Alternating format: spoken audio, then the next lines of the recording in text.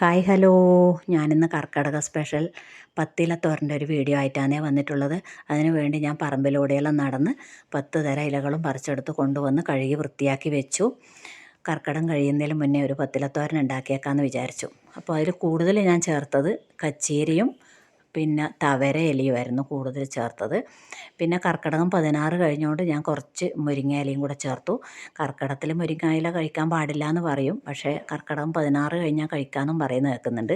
അതുകൊണ്ട് എന്തായാലും ഞാൻ കുറച്ച് ചേർത്തു. അത് നല്ലപോലെ കഴുകി വൃത്തിയാക്കി ഒരു അരിപ്പ പാത്രത്തിലിട്ട് വെച്ചിട്ട് കംപ്ലീറ്റ് വെള്ളം തോർന്നു പോയ ശേഷം ഇതുപോലെ ചെറുതായി അരിഞ്ഞെടുക്കുക. ചീരേൻ്റെ കംപ്ലീറ്റ് എല്ലാ ഇലേൻ്റെയും കംപ്ലീറ്റ് വെള്ളം പോകണം, അല്ലാണ്ട് വെള്ളം ഇതിലുണ്ടാവാൻ പാടില്ല. അധികം വേവുണ്ടല്ലോ, അത്രയല്ലേ വേവുള്ളൂ ഇലക്കറി വെക്കുമ്പോൾ.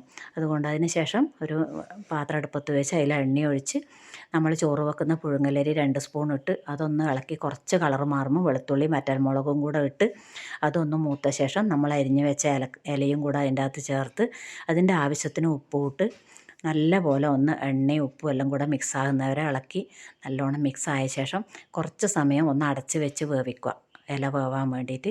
ഇല പെട്ടെന്ന് വേവും, അധികം വേവൊന്നും ഉണ്ടാവില്ല. എല്ലാ ഇലയും കൂടെ വെന്ത ശേഷം അടപ്പ് തുറന്ന് കുറച്ച് തേങ്ങയും കൂടെ അതിൻ്റെ അകത്തിട്ട് നല്ല പോലെ ഇളക്കി മിക്സാക്കി കറി മൊത്തം നല്ല മിക്സായ ശേഷം വാങ്ങി വെച്ചാൽ നമ്മളെ സൂപ്പർ പത്തിലത്തോരൻ റെഡി. ഓക്കേ.